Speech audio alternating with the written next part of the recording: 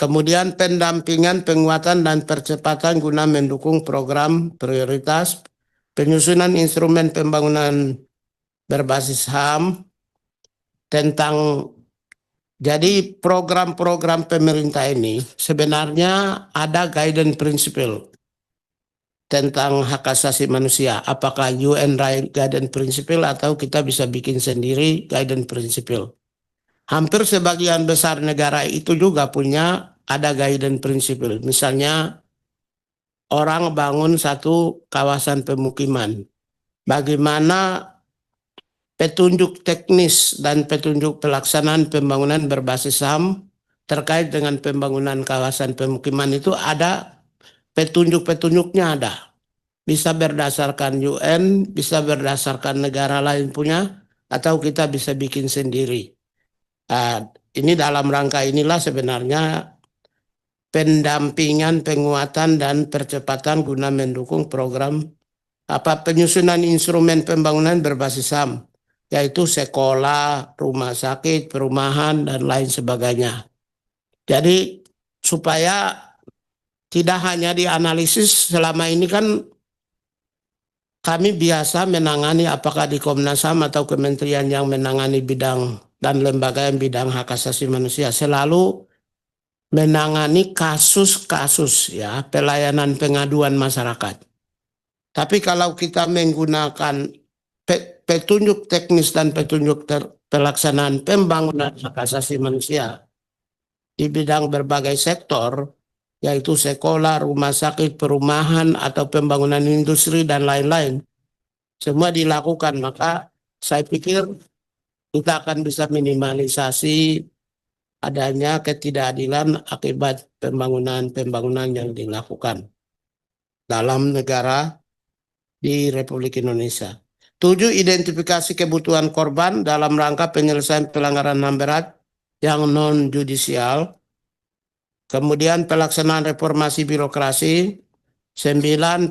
Pembangunan satu data HAM dalam rangka peningkatan pelayanan. Ini kita baru membangun sistem ya. Perlu juga pembangunan sistem yang masif, terpadu, terkonek dengan semua kementerian, lembaga, atau institusi-institusi yang melakukan pelayanan pengaduan HAM ya, supaya terkonek, supaya datanya muncul by sistem per harian.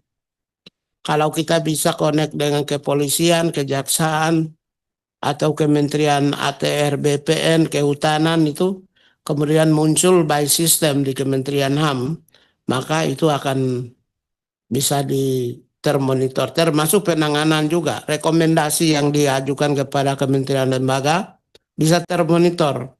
Sudah sampai di mana, ditangani oleh siapa, apakah kasus tersebut sudah selesai atau belum, sehingga public accountability-nya, tanggung jawab terhadap rakyat Indonesia bisa dilakukan. Anggaran yang digunakan itu bisa dimanfaatkan. Kemudian 10. Penyusunan laporan pertanggungjawaban pemerintah dalam implementasi. 11. Pemulihan korban pelanggaran HAM, konflik sosial, bencana alam, masyarakat berdampak karena kebijakan pembangunan melalui pemberian bantuan pemerintah. Khusus yang pemberian melalui bantuan pemerintah itu memang biasanya didominasi oleh Kementerian Sosial. Tapi kita sedang melakukan upaya-upaya karena kami jujur Kementerian HAM ketika terjadi gempa atau ketika terjadi konflik sosial di sebuah wilayah, kami nggak bisa. Sistem penganggaran di Republik Indonesia yang mengandalkan SPPD itu tidak bisa. Saya sendiri Pak Pimpinan Dewan dengan anggota, saya sendiri uang pribadi saya habis juga. Gara-gara tidak ada bantuan-bantuan sosial yang disediakan negara. Ketika kita urus bantuan sosial, bilang itu nanti kasih ke Kementerian Sosial, kalau enggak badan penanggulangan bencana nasional. Kita nggak bisa, saya malu juga undang Pak Sugiat untuk bantu di Medan karena kita nggak punya anggaran yang disediakan. Kalau kita punya anggaran enak, Sehingga apa? Terpaksa kita keluar dari gaji yang dikasih oleh negara. Ya kalau saya pengusaha sih bolehlah. Saya bisa ambil dari uang pribadi. Saya kan aktivis, Pak. Hidup menderita sekian lama. Saya juga untuk masa depan. Simpan juga kan. Ya, jadi maksudnya kalau kami ini disediakan ada anggaran bantuan sosial, bantuan pemerintah di Kementerian HAM, maka ketika terjadi konflik, kami bisa turun bantu. Kalau penanganan kasus sudahlah, kami sudah punya anggaran cukup. Terima kasih banyak sudah dikasih. Kapan saja kecuali kalau Kementerian HAM tidak menangani kasus, boleh dimaki-maki Pak, boleh dimarah-marah. Karena kami ada anggaran.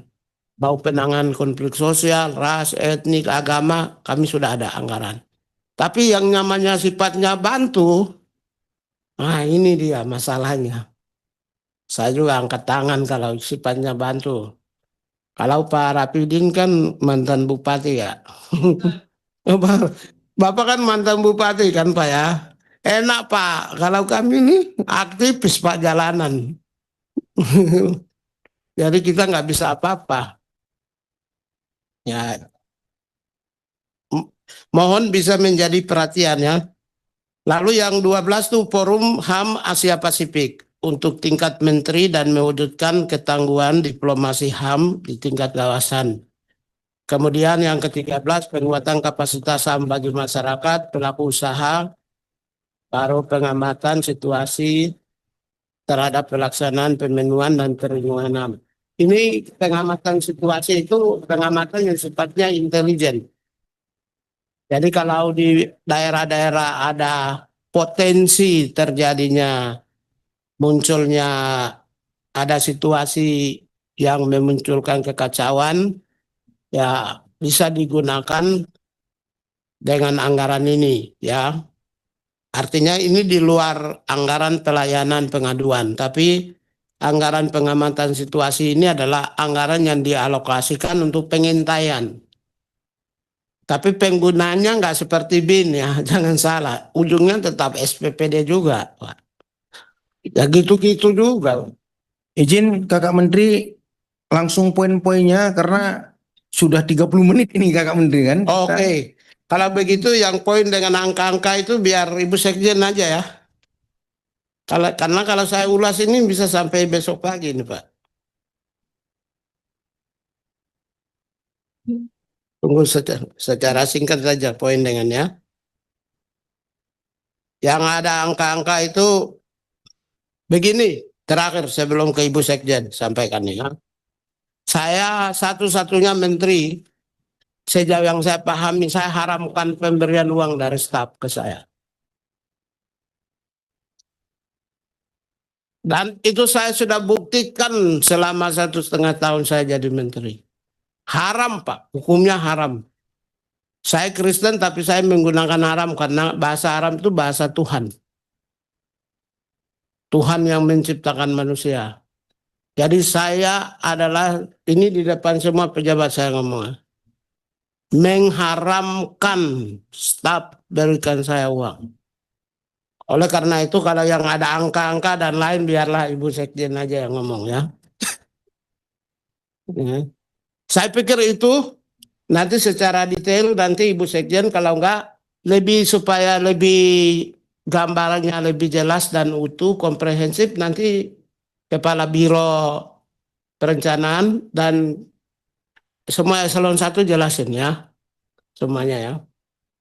Saya kira demikian. Selanjutnya silakan Ibu.